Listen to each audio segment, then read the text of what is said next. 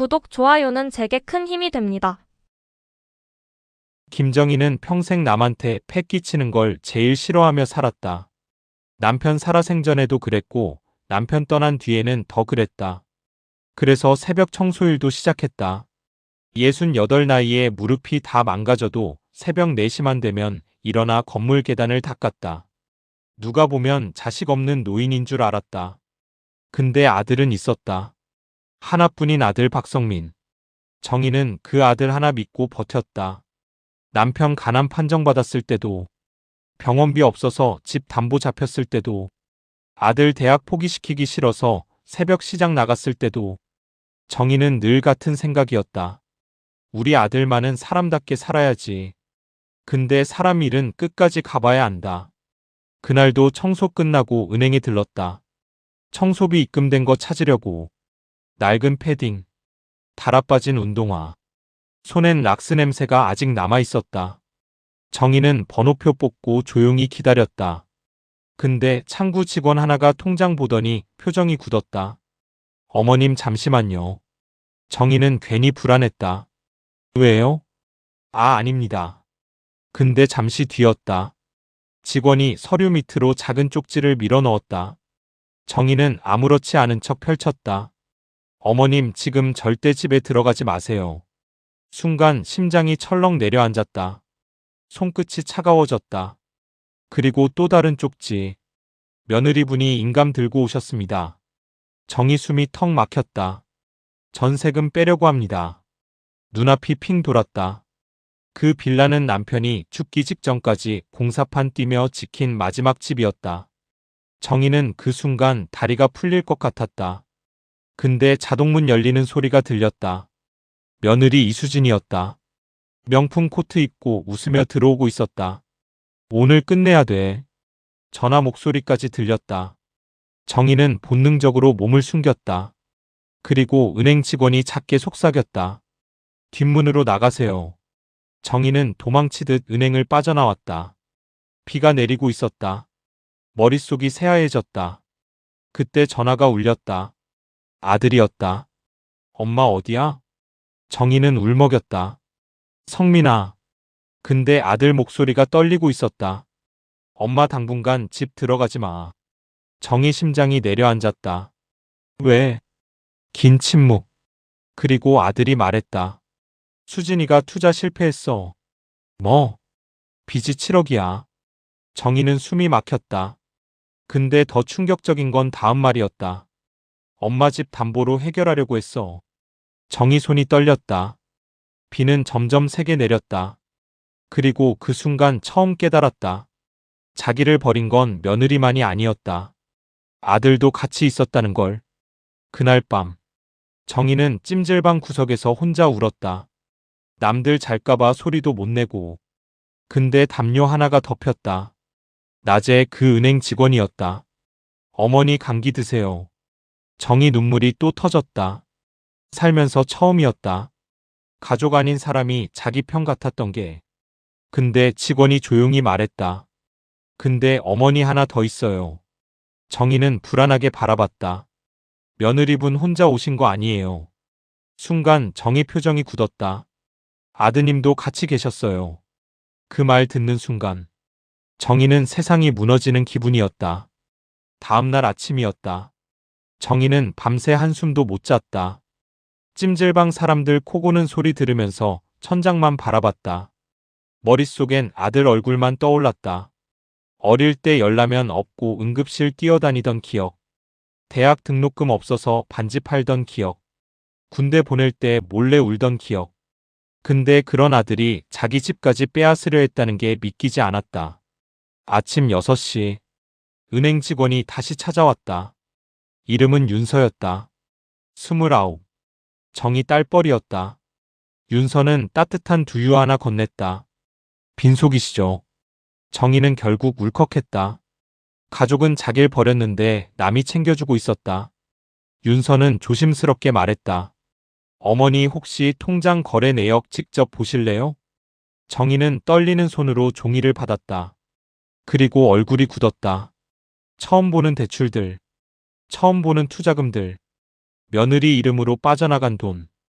근데 더 충격적인 건 따로 있었다. 아들 박성민 이름도 같이 찍혀 있었다. 공동명의였다. 정희는 종이를 놓쳤다. 성민이가 같이 했다고요? 윤서는 말없이 고개 숙였다. 정희는 그 자리에서 숨도 못 쉬게 울었다. 사람이 진짜 배신당하면 소리도 안 나온다. 가슴이 찢어지는 것처럼 아프기만 하다. 그 시각, 아들 성민은 미쳐가고 있었다. 지우는 혼자 침대에 앉아 있었다. 눈은 퉁퉁 부어 있었고, 며칠 못 씻은 얼굴이었다. 정희는 그대로 아이 끌어안고 울었다. 우리 강아지 무서웠지. 근데 지우가 울면서 한 말을 듣고 모두 굳어버렸다. 엄마 아저씨들한테 끌려갔어. 순간 공기가 멈췄다. 성민 얼굴이 하얗게 질렸다. 무슨 말이야? 지우는 흐느끼며 말했다. 엄마가 나 숨으라고 했어. 그리고 울었어. 정희는 직감했다. 뭔가 큰일이 터졌다는 걸. 그날 밤이었다. 전화가 걸려왔다. 수진이었다. 근데 목소리가 이상했다. 숨도 제대로 못 쉬고 있었다. 어머니. 정희는 떨리는 목소리로 말했다. 너 어디야? 수진은 울고 있었다. 죄송해요. 그리고 처음으로 말했다. 저 사실 도박했어요. 정희 눈이 흔들렸다. 코인이 끝이 아니었다. 인터넷 도박, 불법 사이트, 빚은 거기서 시작된 거였다. 수진은 계속 울었다. 처음엔 조금만 하려 했어요. 근데 이러니까 미치겠더라고요. 성민은 그대로 주저앉았다. 자기가 사랑했던 아내가 어디서부터 망가진 건지도 몰랐다는 사실에. 근데 그 순간 전화기 너머로 남자들 욕하는 소리가 들렸다. 빨리 끊어. 수진 비명 소리가 들렸다. 그리고 전화가 끊겼다. 정희 얼굴이 굳었다. 지우는 무서워서 울고 있었다. 그날 밤 아무도 잠들지 못했다. 며칠 뒤 수진이 발견됐다는 연락이 왔다. 작은 지방 병원이었다. 정희와 성민이 급히 달려갔는데 병실 안은 조용했다. 수진은 몰라볼 정도로 말라 있었다. 눈 밑은 까맣게 꺼졌고 팔엔 링거가 꽂혀 있었다. 성민은 충격받았다. 왜 이렇게까지 됐어? 수진은 한참 말이 없었다. 그리고 겨우 입을 열었다. 나 사실 무서웠어. 처음 듣는 진심이었다. 당신 회사 잘리고 빚 쌓이고 애는 커가고 근데 난 아무것도 없더라. 수진 눈물이 흘렀다. 그래서 자꾸 돈에 미쳤어. 정희는 조용히 듣고 있었다. 미웠다. 원망스러웠다. 근데 동시에 알 것도 같았다. 사람이 벼랑 끝 가면 이상해진다는 걸. 그걸 정희도 평생 겪으며 살았으니까. 병실 밖. 성민은 결국 오열했다. 벽 붙잡고 무너졌다. 내가 잘못했어. 엄마 내가 미친놈이었어. 정희는 그런 아들 등을 처음으로 가만히 쓸어내렸다. 그리고 말했다. 이제라도 사람 되면 된다. 성민은 그 말 듣고 더 울었다. 몇 달 뒤, 김밥집은 동네 맛집이 됐다. 사람들이 줄 서기 시작했다. 할머니 김밥 먹으면 이상하게 눈물 난다. 그런 말까지 나왔다. 지우는 다시 웃기 시작했고, 성민도 공사장 나가며 조금씩 빚 갚기 시작했다. 수진도 치료받으며 천천히 회복 중이었다. 그리고 어느 겨울밤이었다. 가게 문 닫는데 정희가 하늘 올려다보다가 혼자 웃었다. 남편 생각이 났다. 살면서 참 많이 울었다. 배신도 당했고, 가난도 겪었고, 자식 때문에 죽고 싶던 날도 있었다. 근데 결국 알게 됐다. 인생은 끝나는 게 아니라는 걸. 무너진 자리에서도 다시 밥 짓고, 다시 사람 만나고, 다시 웃게 된다는 걸. 그때였다. 지우가 뛰어나왔다. 할머니 춥다. 빨리 들어와. 정희는 웃으며 아이 손을 잡았다. 작고 따뜻한 손. 그 손 잡는 순간 깨달았다. 자기가 버텨온 이유가 결국 이거였다는 걸. 가족. 그리고 다시 살아갈 내일. 그리고 어느 날이었다. 가게 문 닫으려는데 밖에서 누가 서성였다. 성민이었다. 손엔 작은 봉투가 들려 있었다. 엄마, 정희는 가만히 바라봤다. 성민은 떨리는 손으로 봉투 내밀었다. 이거 내가 조금씩 갚은 돈이야. 봉투 안엔 현금 50만 원이 들어있었다. 정희는 그 돈보다 아들 손을 봤다. 거칠어져 있었다. 공사판 다시 나가기 시작한 손. 그 순간 정희는 결국 눈물 흘렸다. 그리고 아주 천천히 말했다. 밥은 먹었니? 성민은 그 말 듣자마자 얼굴 감싸고 오열했다. 평생 자기를 버리지 않은 사람이 결국 엄마였다는 걸 그날 처음 제대로 깨달았기 때문이다. 김밥집 장사는 생각보다 쉽지 않았다. 새벽 4시에 일어나 밥 짓고 단무지 썰고 햄 굽고 김밥 많은 손목은 밤이면 퉁퉁 부었다. 근데 정희는 이상하게 행복했다. 누가 눈치 주는 사람도 없었고 찬밥 먹는 일도 없었고 자기 돈으로 두부 한 모 사 먹는 것도 눈치 안 봐도 됐다. 그게 그렇게 좋았다. 근데 사람 인생은 이상했다. 이제 좀 살만해지려 하니까 또 일이 터졌다. 어느 비 오는 저녁이었다. 손님도 끊겨 문 닫으려는데 검은 세단 한 대가 가게 앞에 섰다. 정희는 순간 긴장했다. 혹시 또 사채업자인가 싶었다. 근데 차에서 내린 건 웬 중년 여자였다. 비싼 코트, 진주 귀걸이. 딱 봐도 돈 있는 사람이었다. 근데 이상하게 얼굴이 창백했다. 여자는 가게 안으로 들어오더니 정희 얼굴을 보자마자 눈물을 글썽였다. 혹시 김정희 씨 맞으세요? 정희는 경계하며 고개 끄덕였다. 누구세요? 여자는 한참 말을 못했다. 그리고 떨리는 목소리로 말했다. 30년 전에 명동 성심병원 앞 포장마차. 정희 눈썹이 움직였다. 기억났다. 남편이 살아있을 때 잠깐 포장마차 했었다. 여자는 결국 울음을 터뜨렸다. 그때 저 임산부였어요. 정희는 멍해졌다. 여자는 계속 울면서 말했다. 남편한테 맞고 쫓겨나서 길거리에서 쓰러졌는데 김정희 씨가 절 병원 데려갔어요. 순간 정희 얼굴이 굳었다. 희미하게 기억났다. 비 오는 날이었다. 배부른 젊은 여자가 길바닥에서 쓰러져 있었고 정희는 장사도 포기한 채 자기 돈으로 택시 태워 병원 보냈었다. 근데 그걸 지금까지 기억한다고? 여자는 손을 꼭 잡았다. 그 아이가 지금 제 아들이에요. 정희는 얼떨떨했다. 근데 다음 말에 더 놀랐다. 미국에서 심장 전문의 됐어요. 가게 안이 조용해졌다. 여자는 눈물 닦으며 웃었다. 아들이 꼭 은인 찾고 싶다고 했어요.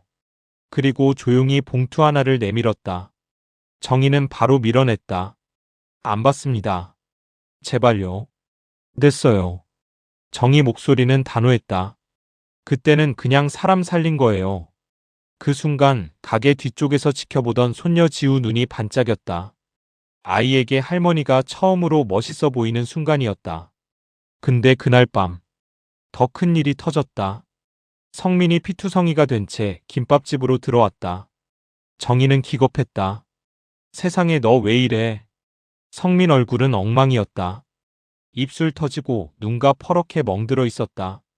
성민은 숨 헐떡이며 말했다. 엄마 지우 어디 있어? 정희 심장이 철렁 내려앉았다. 왜? 성민은 떨리는 목소리로 말했다. 수진이가 지우 데리고 나갔어. 뭐? 사채업자들 피해 도망간다고. 정희 다리가 풀렸다. 근데 더 충격적인 건 다음 말이었다. 근데 이상해. 뭐가? 성민 얼굴이 새하얘졌다. 지우 통장까지 다 비워갔어. 정희 눈빛이 흔들렸다. 손녀 적금까지? 그 순간 처음 깨달았다. 며느리 수지는 단순히 욕심 많은 사람이 아니었다. 이미 완전히 무너져 있었다는 걸. 수지는 사라졌다. 전화도 꺼졌다. 지우까지 데리고. 성민은 거의 미친 사람처럼 돌아다녔다. 경찰서, 터미널, 찜질방. 아는 사람 다 뒤졌다. 근데 흔적도 없었다. 정희는 겉으론 담담한 척했지만 속은 타들어갔다. 밤마다 잠도 못 잤다. 우리 지우 밥은 먹었을까? 그 생각만 했다. 사람은 참 이상하다. 며느리는 미워도 손녀 걱정은 또 된다. 그러던 어느 날이었다. 새벽 장사 준비하는데 가게 문 앞에 작은 운동화 하나가 놓여 있었다. 정희는 심장이 내려앉았다. 지우 신발이었다. 그리고 안에 좁지 않아. 할머니 배고파. 정희 손이 덜덜 떨렸다. 그 밑엔 주소가 적혀 있었다. 허름한 지방 모텔. 정희와 성민은 미친 듯이 달려갔다. 그리고 모텔 문을 연 순간 둘 다 얼어붙었다. 사채업자 전화가 계속 왔다. 오늘까지 막아. 안 그러면 집 찾아간다. 사실 시작은 작은 투자였다. 코인. 처음엔 조금 벌었다. 그러다 욕심이 생겼다. 며느리 수진이 부추겼다. 이번에만 성공하면 우리도 인생 바뀌어. 결국 대출, 카드 돌려막기, 사채, 그리고 마지막엔 어머니 집까지 노렸다. 근데 성민은 끝까지 자기 합리화했다. 나중에 갚으면 되잖아. 인간은 무너질 때 그렇게 된다. 선을 조금씩 넘는다. 그러다 어느 순간 돌아올 수 없어진다. 그날 저녁, 정희는 결국 집 근처로 갔다. 멀리서만 보려고. 근데 집 앞에서 충격적인 장면을 봤다. 사채업자들이 와 있었다. 고함 소리가 들렸다. 돈 언제 갚을 건데? 우릴 뭘로 봐? 손녀 지우가 울고 있었다. 정희 다리가 떨렸다. 그 순간이었다. 손녀가 정희를 발견했다. 할머니. 아이가 맨발로 뛰어나왔다. 정희는 결국 아이 끌어안고 같이 울었다. 근데 그 모습을 본 며느리 수진 얼굴이 굳었다. 어머님 지금 뭐 하시는 거예요? 정희는 처음으로 며느리 눈을 똑바로 봤다. 그리고 말했다. 내가 사람 새끼니? 순간 주변이 조용해졌다. 수진은 발끈했다. 지금 저한테 뭐라고. 근데 정희가 더 먼저 터졌다. 내 집까지 뺏으려고 했잖아.